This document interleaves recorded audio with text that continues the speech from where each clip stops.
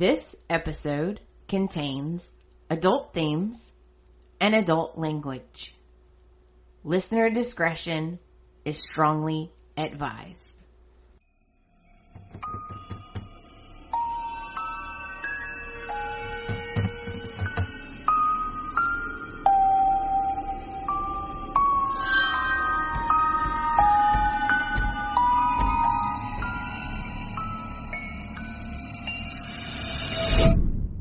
Hello, everyone, and welcome to the Bold and Beautiful podcast. I'm your host, Amanda, and I've titled this week's episode, Look How the Mighty Have Fallen. And boy, is it a long way down for Thomas and for Flo, but we will get into that soon enough. I hope y'all had a great week and weekend. Mine was pretty busy. I'll tell you more about it in just a little bit. But first, let's get into the questions of the week and our messages and comments. Let me just say really quickly, I greatly appreciate everyone who commented and gave their opinions. It was an overwhelming amount, and I am so thankful that you took the time to do that. So the first question was, is Thomas redeemable? Overwhelming response of no. No. So there you go. I had no one that actually said just a straight yes. I do have two comments that I want to read for you guys regarding the question. So the first comment is from Facebook, and it comes from Leslie Merritt. She says, if it were real life, I'd say no. But a good writer can turn him into a reputable guy with a swipe of a pen. Perhaps he has post-traumatic stress from Caroline's death. Other ideas? I agree. I think they're going to go in that post-traumatic stress disorder direction. Our next comment is from Instagram, and it's from Ken C. 2013. We all know Ken. Ken says, absolutely not. I still believe he shot Bill and set up Taylor, and he probably did something to Caroline. I hope he doesn't harm Douglas, because I saw this week that they will be taken to one another. I totally agree, Ken. I really hope that he does not harm Douglas. So the next question was, who should raise Douglas? Brooke and Ridge, Steffi, or Liam and Hope? Now, this question got a very, very overwhelming response. Over 200 people commented and gave their opinion, so it is impossible for me to read everyone's comment. I wish I could, but I just can't. So here's the verdict. This is what you guys had to say. 60% of you all, which is the majority, think that Steffi should raise Douglas. I am one of those 60% because I think Douglas could help Steffi get over, or at least get through, the whole losing Beth or Phoebe. Not that far behind, in second place, 35% of you guys think that Hope and Liam should raise Douglas because he's already become attached to Hope. And lastly, about 5% of you guys thought that Ridge and Brooke should raise Douglas. But there were several people who commented that Ridge and Brooke have not done such a great job parenting. So that's maybe not the best idea. I had to laugh because Tim Murdoch, I don't know if you're new to the show, you might not remember, but Tim has been on the show before. He is the host of the Happy Horror Time podcast. Anyway, Tim wrote me a message, and he thinks Charlie and Pam should raise Douglas, which I got a big kick out of because I thought that was just hilarious. And I wrote back that maybe that's not such a bad idea as long as Pam stays on her meds. But I just got a kick out of that. I thought that was really funny.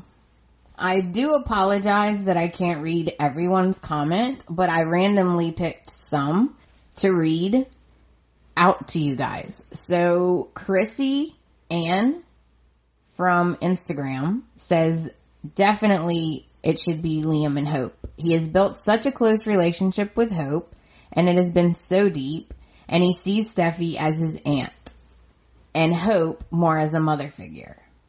Ken C. also commented on Douglas. So Ken thinks Steffi should raise him. He does not think Ridge and Brooke should, because they rarely raise RJ. He's in boarding school all the time. And whatever happened to Jack, Brooke's son with Nick, I believe, and I hate to say it, I think Ridge and Brooke might not last. If they do, that would be a surprise, because you know when Brooke feels unloved, she sleeps around with other people's men. If you know what I'm talking about. I absolutely know what you're talking about, Ken. I'm hoping, I got my fingers crossed, that this whole thing is not going to break Brooke and Ridge up, because they're much better together. I know a lot of people may not agree, but when Brooke is not with Ridge, she does crazy things, like steals her sister's husband.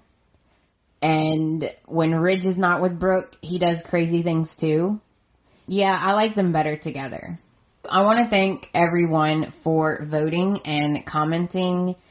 I have another comment from MK. We have not heard from MK in a while. I've been concerned about her, so we finally got a message from MK. Let's hear what MK had to say. Hi, Amanda. I was out of town and just got caught up on all of the episodes, and I am really enjoying your podcast. Thank you. Finally, the baby secret is out, and we get to see Hope and Liam with their baby girl. I am also enjoying that finally the secret keepers are getting what they deserve, and I hope that Thomas will also be caught soon and thrown into jail with Flo. Don't we all? I have to mention my favorite gal, JMW. She killed it as Steffi, and I was crying at her scenes. My heart breaks for Steffi. Even though I know baby Beth belongs with Hope, I couldn't help but sob at her heartbreak. Great acting by JMW, and she should get another Emmy. MK.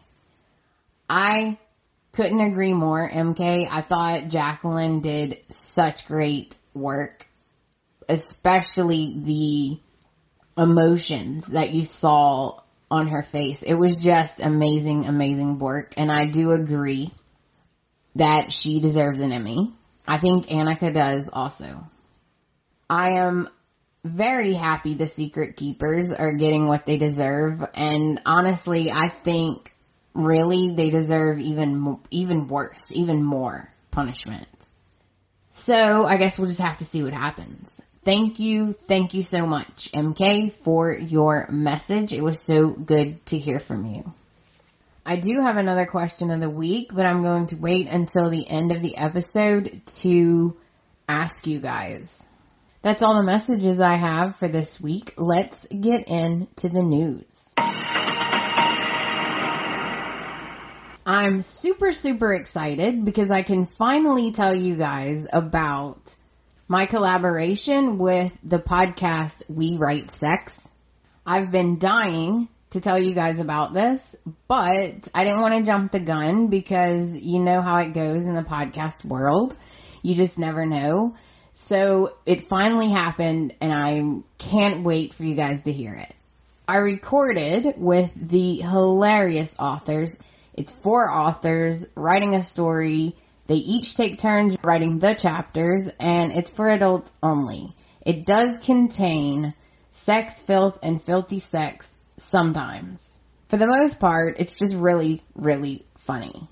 They asked me to write a story for them, a short story, for their special. And honestly, I was really honored, but also very nervous. We actually recorded this past Tuesday, and I had a blast. I had so much fun, but there was a lot of things I wanted to say that I didn't get to just because I was very nervous. And I was also totally fangirling out. It was just an amazing experience because this is one of my favorite podcasts. Tomorrow, I'm going to release a bonus episode where I interview, I'm using that word loosely, it's more of a chit chat, but I interview Rob, one of the creators of the podcast. You really need to listen because it's very funny and you'll get an idea of what their podcast is about. The podcast again is called We Write Sex. You can download it at wewritesex.com. They're also on iTunes and all major platforms where you normally get your podcast. Again, that is We Write Sex. Make sure you guys check it out because you'll get to see me in a whole new light.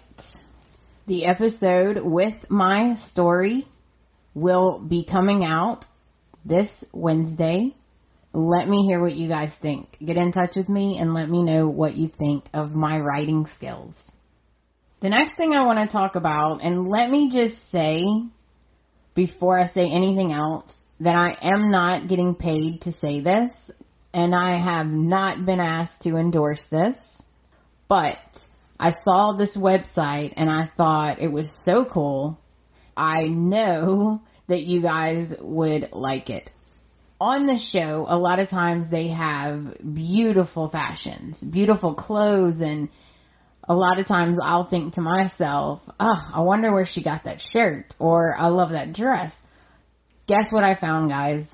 There is a website that you can do that. It is called shopyourtv.com. It has the fashions that the actors were wearing on The Bold and the Beautiful that week. It's really, really cool. You can actually shop by character, and you can even shop by year. And the reason I found it is because Brooke was wearing a top that I really loved the other day with some gray pants. And I just thought, oh, that's so pretty. And it had like the lace detail. And believe it or not, I found it on this website. So if you are curious about the fashions and where to get them, head over to shopyourtv.com. The last thing I wanted to tell you guys is that the wait is over. We finally get to see Vincent Arizari on The Bold and the Beautiful this week.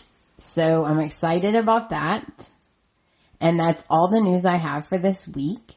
So enough with the chit chat. Let's get to the recap.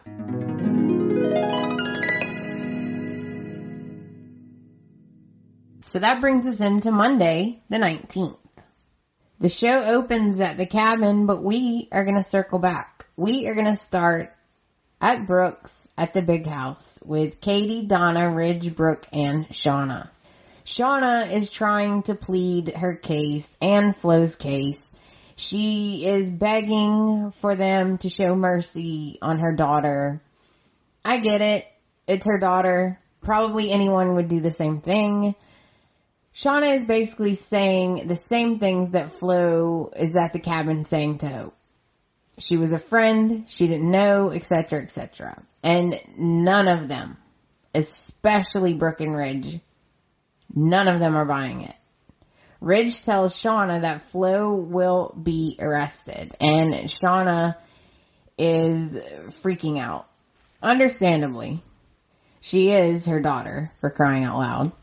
So Shauna tries to use the family card. She reminds them that Flo is their niece.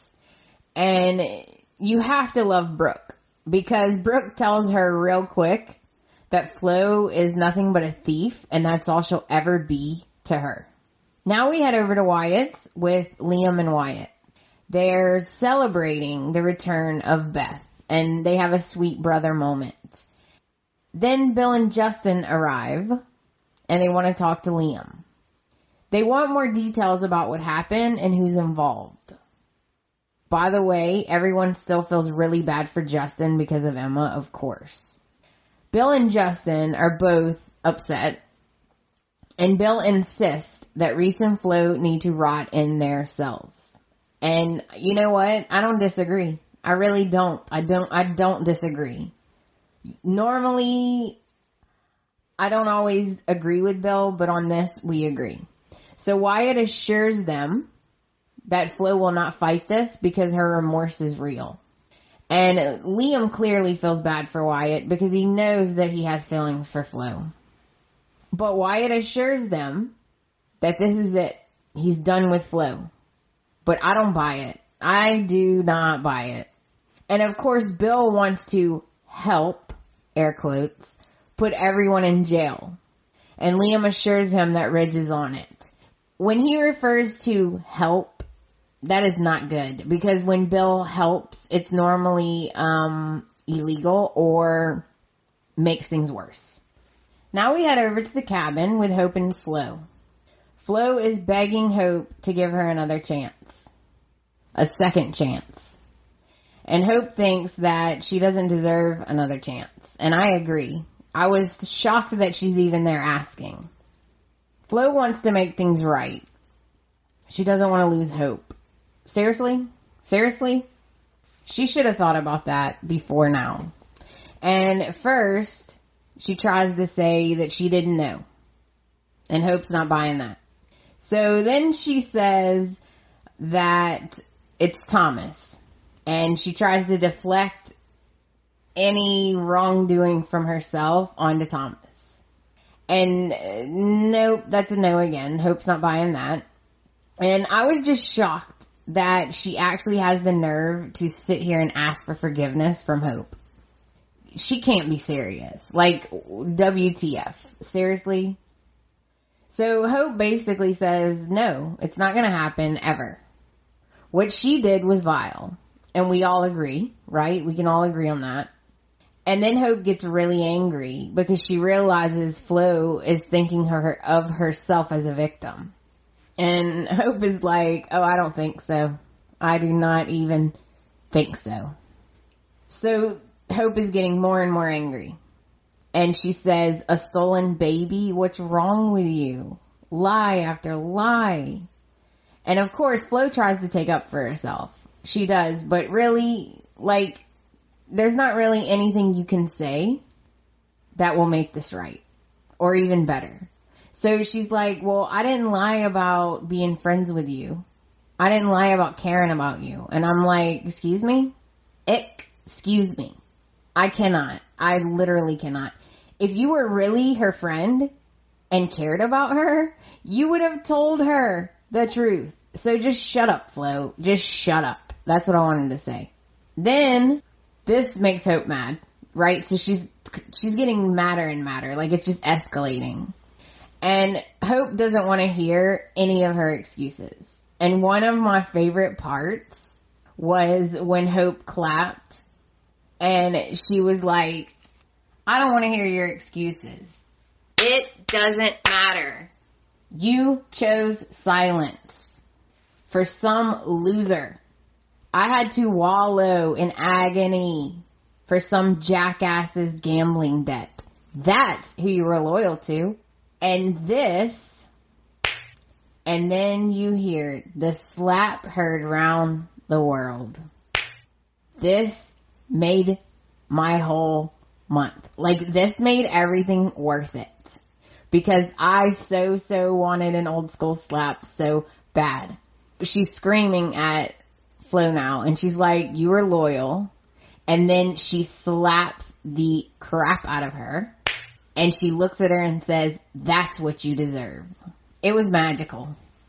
So Flo is definitely surprised and caught off guard, but she tells Hope that she can do it again if she wants. But Hope is not that type of person. You guys know that. So Hope just wants Flo to leave, and when she says leave, she means leave her life forever. She doesn't want to ever see Flo's face again. And Hope makes a really good point that I didn't really think of at first. And she tells Flo that she took every one of Beth's first and gave them to Steffi. Then she calls Flo her uncle's bastard. Not a cousin and not family. Then, of course, the Logan women along with Ridge and Shauna, come into the cabin to check on Hope. And Brooke goes off on Flo. She tells her that all she sees in Flo's eyes is Storm's shame. And once again, Flo tries to minimize her part in the whole thing. But no one's buying it. She wanted to tell, but everyone kept stopping her. Whatever. Whatever. Excuse after excuse. And Katie says exactly what we've all been thinking. Didn't you think it was time to tell the truth when Hope was ending her marriage to Liam and basically ruining her life? And I'm like, thank you. Flo again begs for their forgiveness, but it is too little too late. Detective Sanchez comes in and he arrests Flo for kidnapping and fraud because of the paperwork. And Shauna gets so upset. She gets really desperate and she begs them not to do this. That Flo made a mistake and she got caught up in it, but they're not listening and there is no mercy today. And that's how Monday ends. With Flo walking out the door in handcuffs. So that brings us into Tuesday. The show opens at the cabin with Hope, Beth, and Liam. Hope is super happy to be with her baby, of course, and it's really sweet. She's rocking her and talking to her. And Liam is eavesdropping. We learn that Carter is out of town, so Justin is coming over to help them with their legal issues. A few minutes later, Justin arrives. Hope wants to know, basically, about the adoption and what they need to do legally for her to be theirs. Carter feels horrible for his part in all of this, but everyone knows, we all know he's innocent. And he was used just like everyone else. Hope is ready to move on ASAP. And she wants to annul her marriage to Thomas. So Justin doesn't foresee any problems with either issue. He doesn't see any problems with the adoption because it wasn't legal, and he doesn't really see any problems with the annulment. Hope is worried about disappointing Douglas, but she refuses to stay married to Thomas. And you know what? I get it. I think all of us get it. She mentions how sorry she is about Emma, and Justin appreciates that because he's been sad and he's just been throwing himself into work. And then the subject of Thomas comes up again, and Liam is really nervous that when Thomas finds out about the annulment, he will snap and want revenge because he's definitely a threat. Now we head up to the big house with Brooke and Ridge. And Ridge is really worried about Thomas, and so is Brooke, but for very different reasons. Then Douglas comes downstairs wanting to know where his daddy is. And the poor thing, he thinks that his daddy doesn't like him anymore. And I'm like, oh my gosh, how much more does this poor little kid have to go through? Brooke and Ridge assure him that sometimes people who love each other fight, but not to worry, the anger goes away. And that he's still their hero. Brooke understands that Ridge is in a very bad position, or at least she says she does. He definitely wants to take up for Thomas because it's his son. Of course he does. But she's worried that Thomas is going to do something that he will regret. So they need to find him because she actually thinks he's dangerous. Ridge does not want to hear it, and he doesn't agree. He does not think Thomas is a danger to anyone. And Ridge gets really upset. So Brooke backs down a little bit because you could tell she's starting to feel bad. But she still mentions that she's worried about the whole Emma thing. And before Ridge can really say anything, they get a knock at the door, and guess who it is? Detective Sanchez. He's looking for Thomas because he has questions, guess what, regarding the investigation into Emma's death. Uh-oh. Ridge gets angry and very defensive. He doesn't believe Xander's story because Thomas would never hurt Emma and he would never do such a thing. He's not a murderer. Now we head over to Vinny's apartment with Vinny and Thomas, And just a side note, the AC doesn't work well in the apartment. So we get a shirtless Thomas and a shirtless Vinny, and I really appreciated that. And they were all glistening. And I just want to say thanks to the B&B because I did appreciate that. Okay. Sorry, I got off track there. So Thomas is avoiding Ridge. That's clear. And Vinny is actually worried and tells Thomas that he really should at least text his dad. And Thomas is manic again. He feels like an idiot because he should be with his wife. And Vinny wants Thomas to calm down and chill out. And Thomas answers that he doesn't know how when his wife is probably right now as they speak with another man. He's pacing around the room and he's really upset. He's not eating or sleeping, and this is getting bad. So he tells Vinny that he hates Liam, and he knows what he needs to do. He needs to get Hope away from Liam for good this time. Then Vinny says, you know what? What about your son, dude? And Thomas actually says, that little brat that ratted me out. Huh. And I was like, whoa. I could not believe that he said that. Vinny is really trying to be a good friend. And he's like, you need to calm down. The Thomas I know is calm and methodical. Thomas agrees. And he starts to try to calm down and think of a plan to get Hope back. And he's talking to himself. And he says, you're mine, Hope. You're mine. And that's how Tuesday ends. All I can really say is, wow. Like, wow. So that brings us into Wednesday. The show opens at Brooks with Brooke, Ridge, and Detective Sanchez. Poor Ridge, he is getting so defensive. But I do understand, right? It is his son.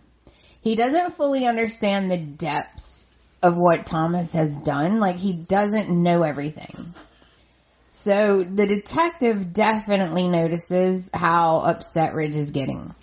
He wants to know if Thomas not answering his phone is unusual behavior for him. And I had to crack up because my husband yelled out, lawyer, get a lawyer. And I was like, oh, that's hilarious.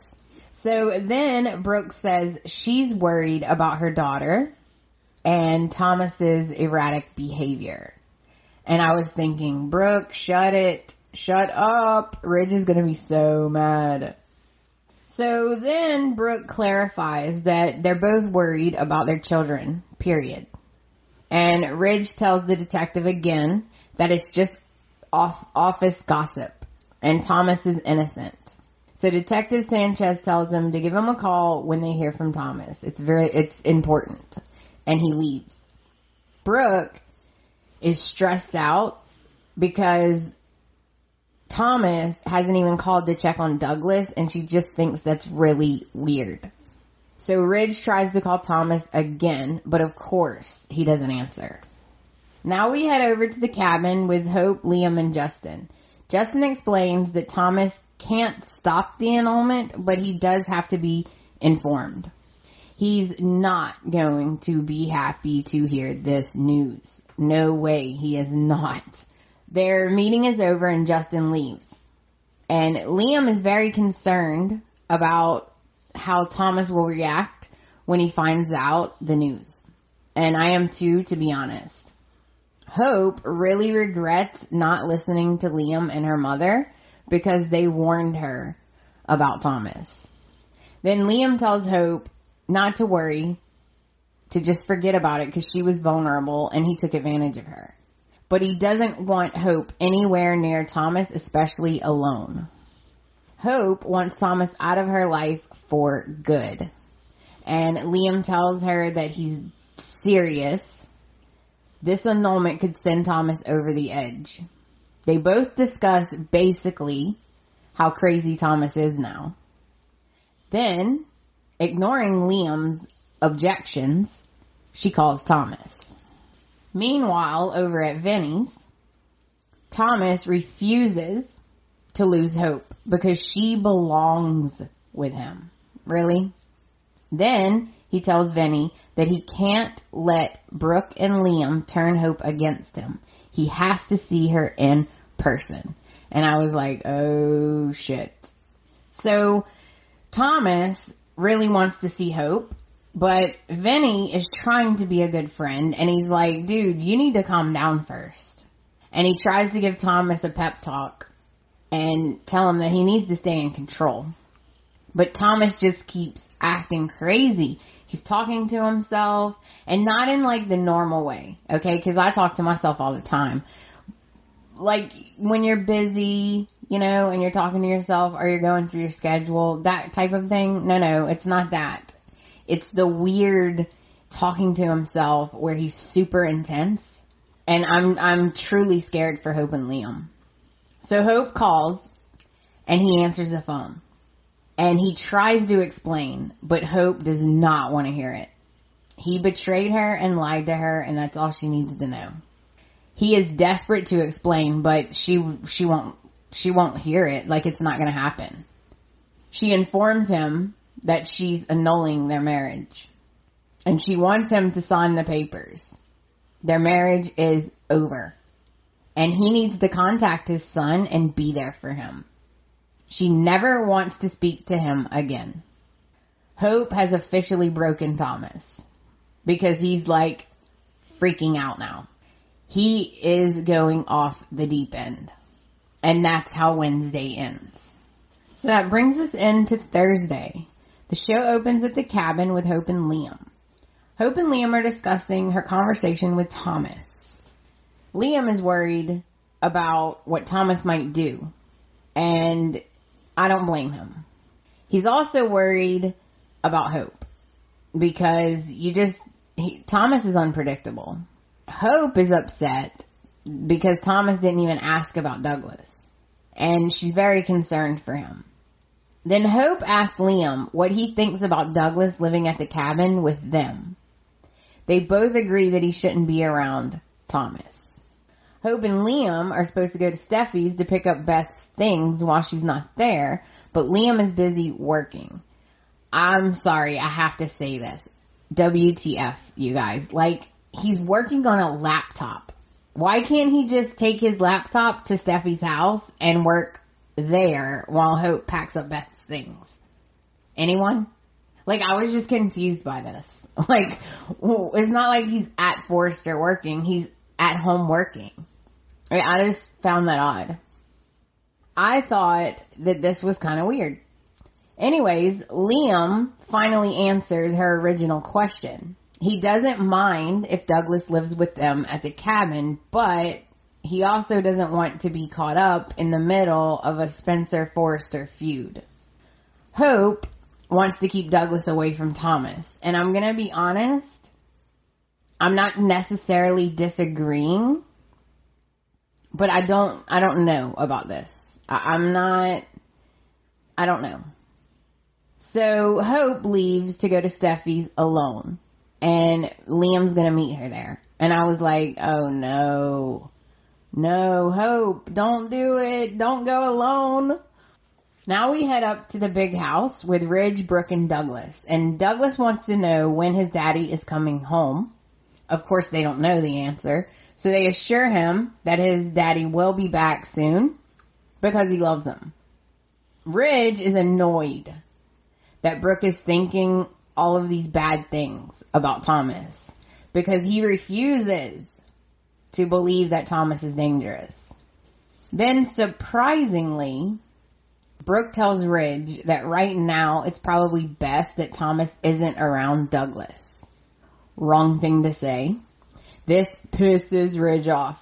Ridge tells her real quick that Douglas needs his father, and he's really surprised and shocked that she would say such a thing. I'm thinking, oh, wow, Brooke, you need to shut it. Okay, this is a touchy subject, and Brooke needs to tread lightly here. I'm kind of upset a little bit because I feel like I'm not going to like the direction that this story is going, but we'll see. And I don't disagree that Thomas is not a great father right now, but I'm not really sold on the fact that taking his son away from him is a good idea either. I'm just not sure that's the answer. So then Ridge admits to Brooke that he was not a good father to Thomas, and he could have been a much better father. He could have done a much better job. And of course, Brooke tries to comfort him. Now we head over to Vinny's apartment with Thomas and Vinny. Vinny is giving Thomas the rules if he's going to stay with him. And I'm like, good for you, Vinny. Tommy boy is rich over there, you know? Like, good for you. So then Thomas starts talking about the annulment. And he tells Vinny that all of this is because of a 45-pound little brat who decided to ruin his life. And you know what? I'm starting to like Vinny because he stands up to Thomas and tells him he needs to stop calling his son a brat. Then we learn that Vinny is not a drug dealer. He just does favors for friends. And that he had a hard childhood with a really horrible father. Basically, he tells Thomas he needs to stop and be a father to his son. And I was like, wow, Vinny's actually really standing up to Thomas. Thomas, of course, is not hearing it. All he's worried about is trying to come up with a plan to get Hope back. Back over at Brooke's house, upstairs, with Amelia and Douglas. Amelia is upstairs getting ready to take Douglas to the zoo, and Thomas calls. And he asked Amelia if she'll bring Douglas by to see him. And she hesitates, but she finally agrees to do it. As long as Douglas wants to see him, she'll do it. And